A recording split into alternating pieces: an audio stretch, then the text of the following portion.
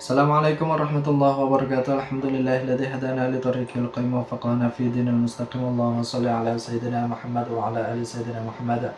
Berjumpa lagi sahabat Tirtabi Setia. Di video kali ini saya akan menanggapi tanggapan KBN Nusantara dalam memahami ceramah Gus Kausar. Saya mempunyai tanggapan yang berbeda dengan apa yang dipahami oleh KBN Nusantara dalam memahami ceramah Gus Kausar. Saya juga sudah menonton full video ceramah Gus Kausar itu dari kanal YouTube Maret 27. Nanti saya akan cantumkan link videonya di kolom deskripsi. Nanti teman-teman bisa lihat sendiri, bisa dengarkan sendiri, bisa pelajari sendiri, bisa pahami sendiri, kemudian bisa disimpulkan sendiri. Kemudian dari video yang saya tonton, saya mempunyai beberapa poin yang saya pahami dari video ceramahnya Gus Kausar, yaitu poin yang pertama adalah tentang kebangsaan dan ke-NU-an, yang mana ini bisa kita pahami dari ceramah beliau pada menit yang pertama sampai menit 51.45. Jadi pada menit tersebut beliau menyampaikan ceramahnya tentang kebangsaan, tentang ke-NU-an, yang mana materinya itu dinukil dari kitab-kitab yang mu'tabaroh. Bahkan apa yang beliau sampaikan itu lebih dominan makalah-makalah para ulama yang dinukil dari kitab-kitab mu'tabaroh. Kemudian poin yang kedua, ini adalah penutup dan pentingnya ilmu. Jadi pada menit ke-51 sampai ke menit 55 beliau menutup ceramahnya. Kemudian sebelum beliau menutup, beliau juga menyinggung betapa pentingnya ilmu, menyinggung tentang pentingnya peran ilmu dalam kehidupan seseorang.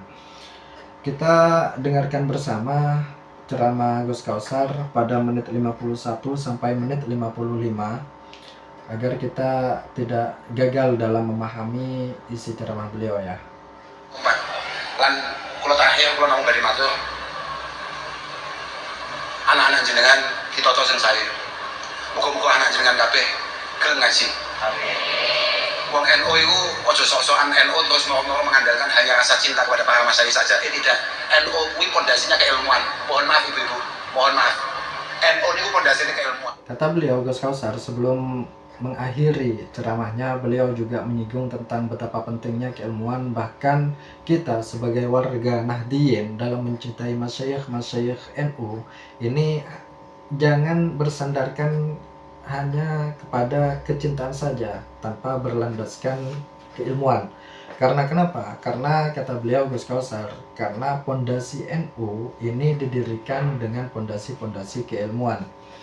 Seperti itu ya. Kita next lanjut nonton videonya Gus Kausar pada menit berikutnya. Mohon maaf, NU ini pondasinya keilmuan. Awal itu dia Mbak Hasim, dia Mbak Wahab, dia Mbak Bisri, dia Mas Ais Toyo itu atas dasar keilmuan. Kita ini mencintai beliau bukan fanatik buta, bukan. Karena kita meyakini apa yang beliau sampaikan, apa yang beliau perbuat, apa yang beliau tinggalkan, semua cocok dengan keilmuan yang ada, keilmuan agama Islam yang kita emban hari ini, yang kita pegang hari ini. Lo tenang nih, ojo mek dume seneng-seneng, pokoknya aku cinta be, oh kayak iso, kowe kok dadi ngono, geger tok. Nah, ini yang menarik dari ceramah Gus Kausar. Sebelumnya sebelum kita cut pada menit 52.32, beliau membahas tentang betapa pentingnya sebuah keilmuan itu, sehingga kita dalam mencintai masyayikh NU itu tidak hanya berlandaskan cinta saja, tidak hanya berlandaskan cinta buta, akan tetapi cinta yang didasari dengan ilmu. Karena kenapa? Karena menurut beliau Gus Kausar, NU itu didirikan dengan pondasi-pondasi keilmuan, dan kita dalam mengikuti masyayikh NU, Kiai Haji Hasyim Asy'ari, Kiai Haji Wahab Hasbullah, dan kiai-kiai sepuh NU lainnya, ini sudah sesuai dengan disiplin ilmu yang kita pelajari, sehingga apa yang kita lakukan ini semuanya bertendensi pada sebuah keilmuan.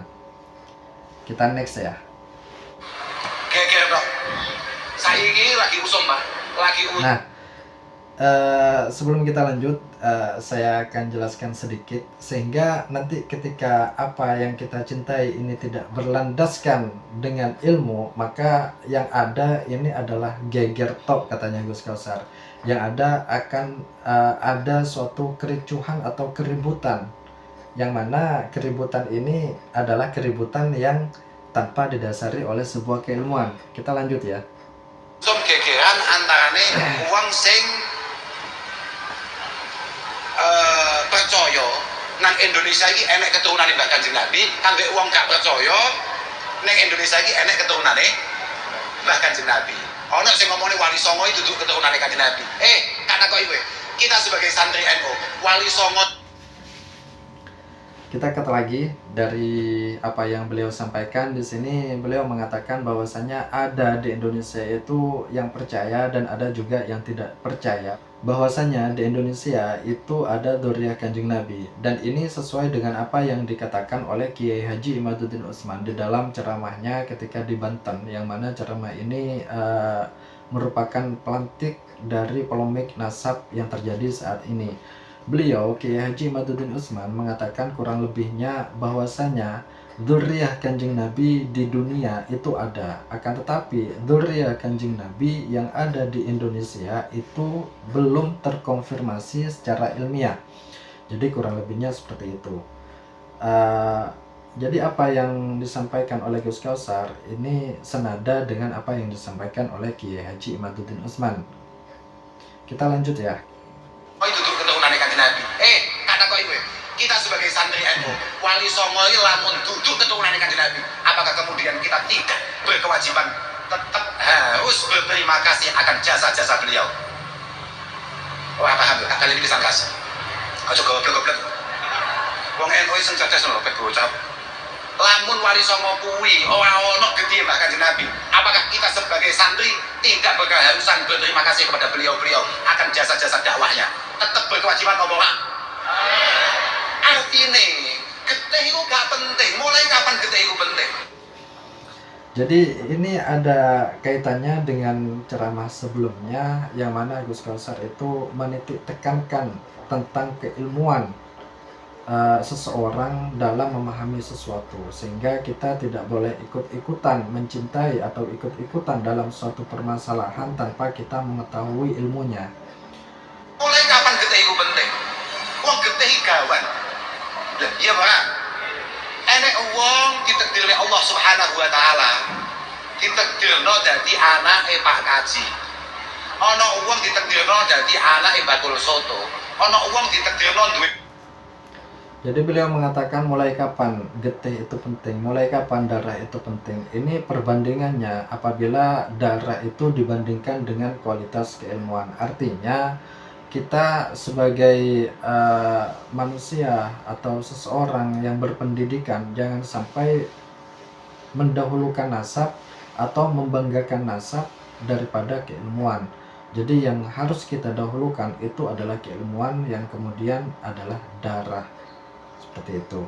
Jadi ini perbandingannya adalah darah dan ilmu, bukan ujuk-ujuk Gus Kausar itu mengatakan darah itu nggak penting, nggak seperti itu. Kita harus melihat kalimat sebelumnya. Kalimat sebelumnya Gus Kausar ini membahas tentang pentingnya sebuah ilmu, sehingga bila dikaitkan dengan darah, maka darah ini kalah keutamaannya daripada ilmu. Kita next. Ana wong ditakdirno duwe getihe bakul wedhus. Ana wong ditakdirno dadi anake wali. Ana wong ditakdirno dadi anake nabi. Lho, kuwi para anak-anak kuwi mau njaluk, Pak. Semuanya memiliki tanggung jawab yang sama, kewajiban yang sama untuk kemudian menjadi pribadi terbaik sesuai kapasitasnya. Ya, Pak. Ora penting getih, ora penting. Aku yang kiai, Pak. Iki mimbabi takabur nggih. Mboten mimbabi tahadus bini, Pak. Mimbabi takabur. Kula niku anak kiai, makane mbah-mbah. Nah, ini contoh dari Gus Kausar. Di situ ada, dalam satu contoh ada 2 poin yang kita pahami dalam contoh itu. Poin yang pertama, ilmu dan darah. Kita next ya, kita lanjut dulu. Kali kula untuk ngaji niki, mboten mergo kula, mboten mergo bapak kula. Apakah kemudian kula biyen inden ning Allah taala, aku didadekno anake bapak kula? Nggih mboten, Pak. Tapi apa gunanya saya sebagai anak kiai yang katanya kiai besar, kakek saya yang katanya luar biasa, kemudian saya biasa-biasa saja, bahkan di bawah standar. Enak faedah Pak? Enak Pak, Kanjeng Nabi. Beliau Gus Kausar mencontohkan bahwasanya Gus Kausar ini adalah anak dari kiai besar. Di dalam darahnya itu ada darah kiai besar. Kakeknya itu adalah kakek yang luar biasa. Ayah beliau, Kiai Haji Nur Huda Jazuli, adalah kiai besar. Dan juga kakek beliau, Kiai Haji Jazuli Utsman, ini adalah kakek dari Gus Kausar yang sangat luar biasa. Di situ ada darah yang mengalir di tubuh Gus Kausar, itu adalah darah-darah yang istimewa, darah-darah yang luar biasa. Kemudian Gus Kausar di sini mengatakan bahwasanya darah itu tidak penting ketika kualitas kita itu biasa-biasa saja, bahkan di bawah standar, di bawah rata-rata. Apakah ini berfaedah? Nggak berfaedah, Pak. Gitu katanya Gus Kausar. Oke, kita lanjut putar videonya. Ada faedah Pak. Kayaknya Pak, Kanjeng Nabi ae iku dawuhe mambat to'a amaluhu lam yusrik bihi nasab. Kalau kamu kualitas ibadahmu, kualitas kehambaanmu tidak bermutu, maka darahmu sama sekali tidak akan pernah bisa bantu. Gak iso. Makanya Kak Jaluk, kowe ojo kakean cangkem. Di sini Gus Kausar dengan tegas mengatakan bahwasanya darah itu tidak penting, nasab itu tidak penting apabila kualitasmu itu di bawah rata-rata. Oleh karena itu, ojo melu-melu gegeran-gegeran menunggu. Nah, oleh karena itu kalian semua, ini Gus Kausar berbicara kepada yang hadir dalam pengajiannya Gus Kausar. Oleh karena itu, kalian semua jangan ikut-ikutan dalam polemik nasab ini.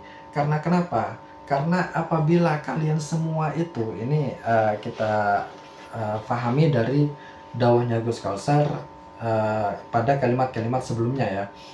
Jadi apabila kalian semua itu tidak mempunyai ilmunya tentang pembahasan ini, tentang polemik nasab ini, maka jangan sekali-kali kamu ikut-ikutan dalam pembahasan polemik nasab yang sedang terjadi saat ini. Oke, next kita lanjut.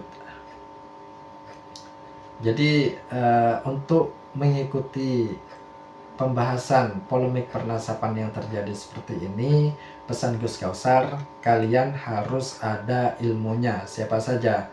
Jadi di sini Gus Kausar tidak melarang untuk kemudian kita membahas tentang polemik pernasapan yang terjadi saat ini. Silahkan saja, asalkan kita punya ilmu tentang ilmu pernasapan itu. Kalau kita tidak punya, mending jangan ikut-ikut saja. Karena kenapa? Karena kita lihat kelanjutan videonya. Kayak menunggu. Ojo melu-melu, iku ketok goblok ya, paham kok? Aku dengan itu kok, iku jangan kok nanti komentar ini kula. Boleh apa komentar ini? Aku melu-melu koyo wong-wong semacam kiai terus mau mengatakan bahwa mereka semua adalah orang biasa, bukan keturunan Nabi. Oh, bener. Bener. Kalau dia bukan keturunan Nabi, kita tetap diperintah oleh Allah Subhanahu wa taala untuk memuliakan. Di sini Gus Kausar mengatakan kenapa Gus Kausar itu tidak ikut-ikut tentang pembahasan ini. Kenapa Gus Kausar itu tidak ikut-ikut tentang orang yang mengatakan bahwasannya semuanya itu bukan dzurriyyah dari Kanjeng Nabi. Jadi di sini kita bisa memahami orang-orang yang dimaksud Gus Kausar itu adalah orang-orang yang membahas dzurriyyah Kanjeng Nabi tanpa ilmu pengetahuan pernasapan. Kita lanjut videonya. Untuk memuliakan orang lain, apalagi mereka memiliki keistimewaan. Misalnya kono ngalim. Lah nek salah, fatwa itu salah. Kemudian ternyata ada darah Rasulullah dalam tubuh beliau itu. Terus mau proses ning ngomong masal terus simpangan dekat Nabi didangu. Lah, kowe mbiyen iki termasuk bocah sing gak demen ngambek putu-putuku ya. Jawab aku piye aku ngerti wae.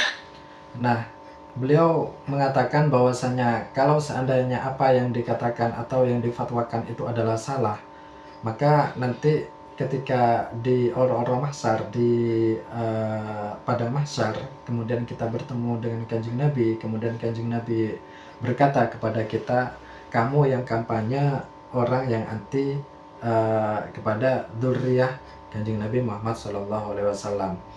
Dari kalimat ini dan kita tidak melupakan kalimat sebelumnya yang mana beliau juga mengatakan kamu jangan ikut-ikutan tentang polemik nasab ini. Artinya apa? Tidak ikut-ikutan apabila, sekali lagi saya katakan, kita tidak mempunyai ilmunya. Karena kenapa? Karena khawatir nanti akan menyesatkan orang lain yang kemudian akan mengklaim bahwasanya di Indonesia itu benar-benar tidak ada dzurriyyah Kanjeng Nabi. Kemudian kita next lanjut. Simpangan kabeh Kanjeng Nabi terus mau kowe biyen termasuk wong sing kampanye anti kabeh foto-fotomu ya. Jawabanmu piye pengen kok? Ayo kita rencanakan bareng-bareng dulu supaya kita sama-sama selamat, paham ya? Makanya jawabku, kau usah melu-melu itu tidak penting. Makanya Kanjeng Nabi itu ceklan utama. Kanjeng Nabi itu ceklan utama. Kanjeng Nabi apa? Iktidak iku bil ulama. Al iktidak wal ittiba iku bil ulama. Tapi wal mahabbah iku bi ali baitin Nabi sallallahu alaihi wasallam. Babakan mengikuti, manut, madep, mantep itu ulama, dan ulama tanpa ras. Ulama itu arep endek dukur, arep pesek, arep bangir, arep kuning, arep iyan, ulama tetap harus kita ikuti. Harus menjadi panduan dalam hidup kita. Tapi mencintai, sekedar demen, menghormati, itu harus kita miliki untuk beliau-beliau yang memiliki tarikan benih-benih Rasulullah Shallallahu Alaihi Wasallam. Apa angin menghormati wong?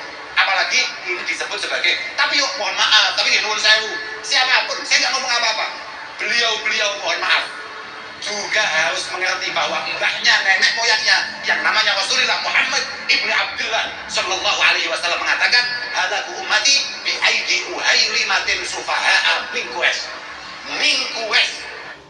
Nah, di situ Gus Kausar mengatakan bahwasanya halaku ummati bi aidi uhailimatin sufaha'a min Quraisy. Bahwasanya rusaknya umat Kanjeng Nabi itu berada di tangan-tangan pemuda yang bodoh dari pemuda yang mempunyai darah Quraisy, Bani Quraisy. Artinya di sini ada balance. Jadi selain Gus Kausar itu menghimbau kepada orang-orang supaya berhati-hati dalam membicarakan pernasapan ini, polemik pernasapan ini, di sisi lain Gus Kausar menghimbau kepada orang yang mengaku mempunyai darah atau mempunyai nasab dzurriyyah Rasulullah, bahwasanya mereka mempunyai tanggung jawab yang besar. Karena kenapa? Karena umat Rasulullah itu hancur atau baik buruknya umat Rasulullah itu tergantung kepada dzurriyyah Kanjeng Nabi Muhammad SAW. Kita lanjut ke video selanjutnya.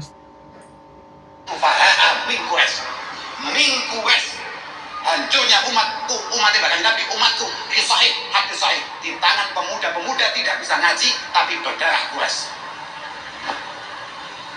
Artinya kudu-kudu ngati-ngati ini, paham gak? Kudu-kudu ngati. Nah, ini Gus Kausar mengatakan artinya sama-sama hati-hati, kayak gitu. Kita ulang ya. Bahkan Nabi, umatku kisahih, hadis sahih di tangan pemuda-pemuda tidak bisa ngaji tapi berdarah Quraisy. Artinya kudu-kudu ngati-ngati ini, paham gak? Kudu-kudu ngati-ngati ini, jenengan.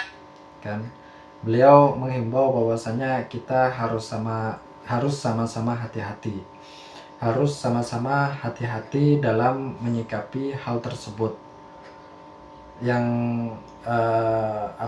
membahas tentang masalah pernasapan itu ya harus hati-hati, harus mempunyai ilmu tentang disiplin ilmu nasab. Kemudian yang mengaku dirinya dzurriyyah Kanjeng Nabi Muhammad SAW ini mempunyai tanggung jawab yang berat, karena baik tidaknya umat Rasul, umat Kanjeng Nabi Muhammad itu berada di tangan-tangan dzurriyyah Rasulullah SAW. Kita lanjut ke video setelahnya. Kode-kode ngati-ngati ini, jenengan ngati-ngati, kita juga berhati-hati sebagai masyarakat biasa. Awake dhewe kan wong desa to, Pak. Awake dhewe kan getih campuran sate to. Getih kan mambu-mambu wedhus, cocok prengus. Ya piye lah Pak, wong awake dhewe kuwi mati awake dhewe sesuk kangelan tenan ngasane Allah Taala, satu-satunya yang bisa menyelamatkan hanya Rasulullah Muhammad sallallahu alaihi wasallam. Yang membuka syafaat hanya Kanjeng Nabi. Terus mau Kanjeng Nabi kecewa dengan kita. Kowe mbiyen kampanye musuhi putu kowe terus piye? Njaluk tulung sapa kowe? Kowe njaluk tulung sapa? Mangkane lek awake Ini adalah sebuah bentuk kehati-hatian sehingga beliau memberikan contoh ketika besok ketika bertemu dengan Kanjeng Nabi, ditakutkan Kanjeng Nabi itu akan mengatakan kepada kita, kamu dulu adalah orang-orang yang membenci keturunanku, seperti itu. Jadi dari kalimat membenci ini adalah orang yang menuduh orang lain tanpa ada dasar ilmu, kemudian dia mengatakan bahwasanya orang lain itu bukanlah golongan dari keturunan Kanjeng Nabi Muhammad SAW. Semisal kita ambil contoh pada seseorang yang melakukan kejahatan, namun di situ hukumnya itu tidak jelas apakah dia itu benar-benar melakukan kejahatan ataupun tidak. Kemudian si B, katakanlah si B ini adalah orang yang membahas tentang apa yang dilakukan oleh si A yang melakukan kejahatan tadi itu, akan tetapi si B ini tidak mempelajari atau tidak mengetahui tentang kebenaran dari apa yang dilakukan oleh si A ini. Nah, oleh karena itu apa yang dilakukan si B ini berpotensi membenci terhadap si A ini. Karena kenapa? Karena seandainya si B ini tidak membenci si A, maka si B ini tidak akan membahas tentang kejahatan atau bahkan memberikan kesaksian tentang kejahatan bahwasanya si A ini benar-benar melakukan kejahatan tersebut. Logikanya seperti itu.